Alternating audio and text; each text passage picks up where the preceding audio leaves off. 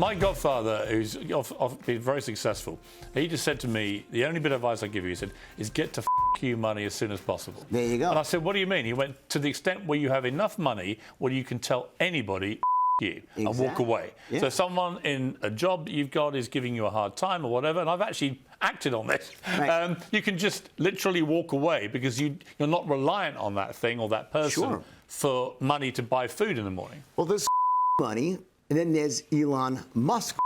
Right. He literally says, yes, the people the people who he needs to give money to X. Like, right? Yeah. That's the real definition of that is. But I agree. But listen, let me just getting back to what you said, right?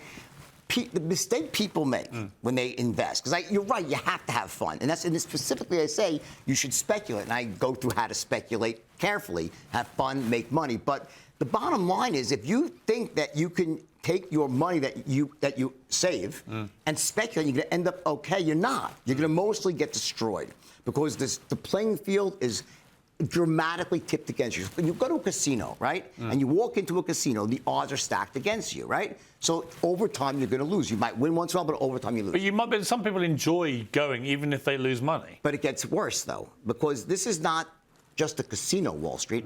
It's a corrupt casino where the dice are stacked or loaded, the cards are being dealt from the bottom of the deck, so it's not a fair playing field. So it's a double whammy. It's the odds are against you naturally, and then it's also stacked against you because it's corrupt. There's corruption there. There's things that are illegal, like short-term, high-frequency trading. There's inside information all over the place. There's just better deals given to the bigger investors. So the answer is you extract the value by investing in the S&P 500. And by the way, they're constantly changing out companies, so you always have the best companies. And then you still have the fun by taking some money that you have and go do whatever you want. You want to go and buy and sell crypto and tokens or NFTs or short-term. Do you believe in Bitcoin? Yes, I do believe in Bitcoin. I saw Jamie Dimon saying he just thinks it's all hot air.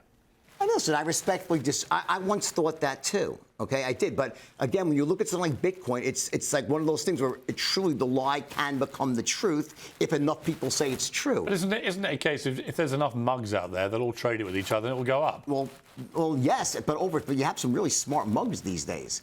You have some of the most sophisticated people starting to embrace it. So I think most of crypto is complete bullshit. Currency, I can understand, and Jamie Dimon was saying that you can use cryptocurrency in a perfectly legitimate way, and it's very useful. Yeah. The actual system, but blockchain, the underlying technology. The blockchain technology, that technology is very useful and is widely used. Right. His argument was more about the kind of Bitcoin stuff, which just seems to be based on a sack of sand. Well, on some level that's true, but you can make the same case for fiat currencies where they're printing dollars and just printing more dollars at any time they see fit. But one thing about Bitcoin is there's a finite amount of Bitcoin. And I would agree in the early days, yes, it was mostly used for fraud and scamming and evading. It's not the case anymore. There's a lot of really sophisticated people who are buying Bitcoin now that there's EFTs. It's completely it's ETFs, but it's completely changed now. So I think Bitcoin is legit, but the problem is all these other coins and cryptos that are worthless, and they're like the penny stocks of crypto, and they're basically been issued by people that want to separate others from their money, and those should be avoided. You mentioned penny stocks. It was that led you down the wrong path, wasn't it? Yes. That stuff early on. And it ended up with you losing your liberty. What was the worst moment for you? When it all went wrong, when you look back, what was the moment you would least want to relive? When I was asked to wear a wire, and I did, and it was a friend, and the scene we see in the film. And I slipped him a note because I didn't want to rap. I thought I was being a stand-up guy. Yeah, so that's in the movie. Right, it's true. And I thought I was doing the right thing as, a man, and I slipped the guy a note saying, don't incriminate yourself, right? And I walked away from that saying, you know what, I maintain my integrity because I'm not a rat. And then 3 months later, they came back to me, and the guy ratted me out. And at that moment in time, like literally, I lost all faith in humanity. And I was facing 20 years in jail. They could have broken my agreement if it was not for the FBI agent who indicted me. He was a great guy.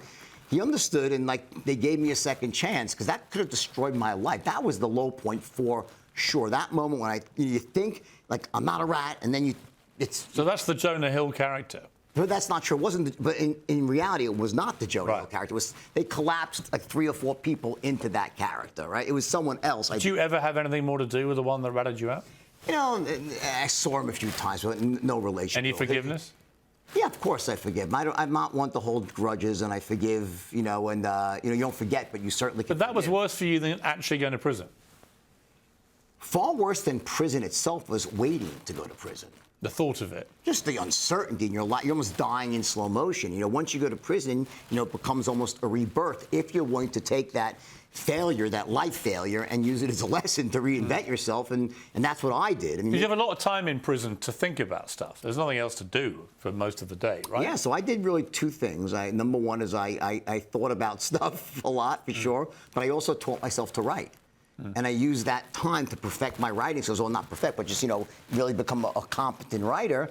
And that led me to write The Wolf of Wall Street, which then launched this entirely new career. So I think no matter, you know, the lesson for anyone listening is that, you know, everyone up.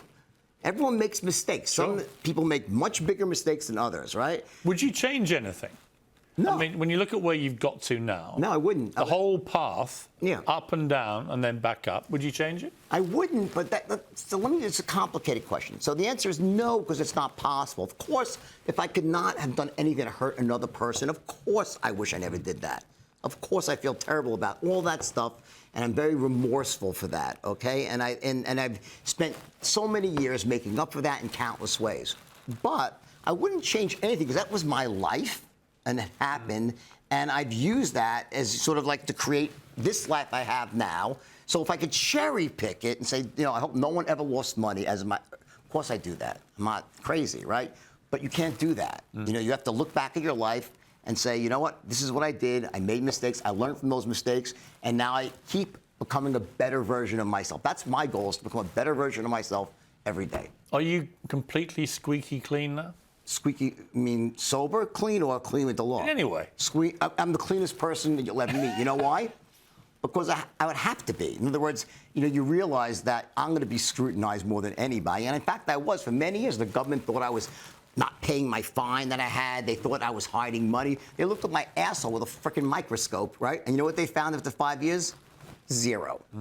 So like Warren Buffett says, you could follow anybody. If a cop follows you for 300 miles, they'll give you a speeding ticket. They couldn't give me one, and they followed me for hundreds of miles.